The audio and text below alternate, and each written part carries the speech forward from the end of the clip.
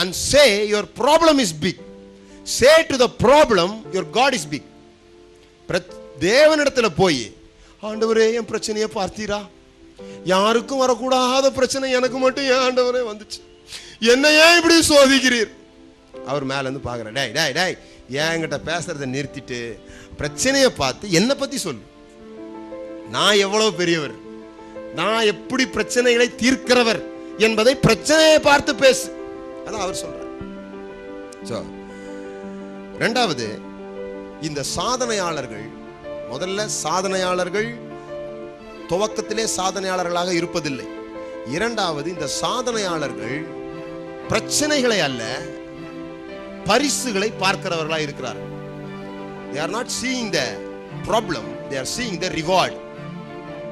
இன்னைக்கு பட போற கஷ்டத்தை அவங்க நினைக்க போறதில்ல, பெறப்போகிற பரிசை பற்றி பேசுகிறார். அதனால்தான் பவுல் சொல்லுகிறான், இப்ப நம்ம படுற பாடுகள் எல்லாம் நித்திய வரப்போகிற மகிமைக்கு ஒப்பானது அல்ல.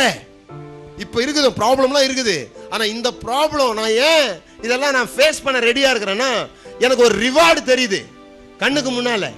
நான் அதனாலதான் கடமையை செய் பலனை எதிர்பாராதே அப்படின்னு பிரசங்கம் பண்றது இல்லை. அப்படி பைபிள்ல இல்ல. கடமையை செய் பலனை எதிர்பாராதே பைபிள்ல இல்ல. பைபிள் என்ன சொல்லிருக்கு? அந்தரங்கத்தில் பார்க்கிற பிதா வெளியரங்கமான பலனை அருளுவார்.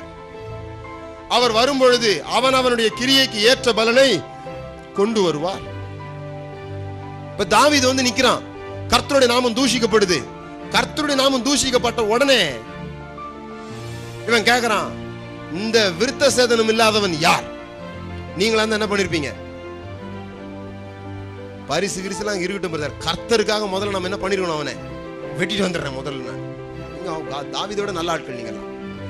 அவன் பாருங்க நின்று கேட்கறான், நின்று திரும்பி, விருத்த சேதனம் இல்லாதவன் கர்த்தரை வந்து ஒரு மாதிரி பேசுறான், ஆனா இவனை கொல்பவனுக்கு என்ன செய்யப்படும்? நான் முன்ன போறதுக்கு எனக்கு ஒரு மோட்டிவேஷன் தேவை. என்ன மோட்டிவேஷன் தேவை? பரிசு என்கிற மோட்டிவேஷன் எனக்கு தேவை. நான் இன்னைக்கு ஒரு காரியத்தை செய்யணும்னா அதனுடைய பிரதிபலன் எனக்கு என்ன? இப்போ காலையில எழும்பணும்.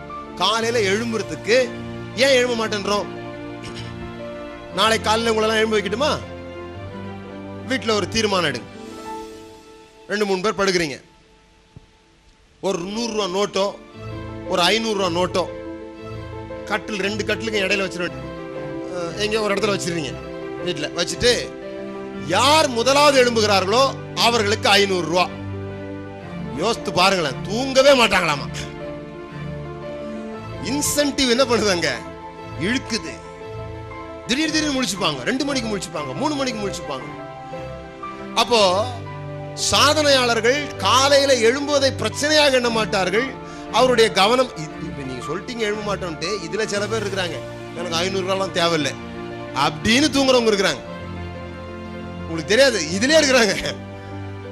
எனக்கு தெரியும் நினைச்சுக்காதீங்க, நான் சொல்றேன் எல்லா கூட்டத்திலும் இருப்பாங்கன்ற. Achievers will never see the problem, they will see the reward.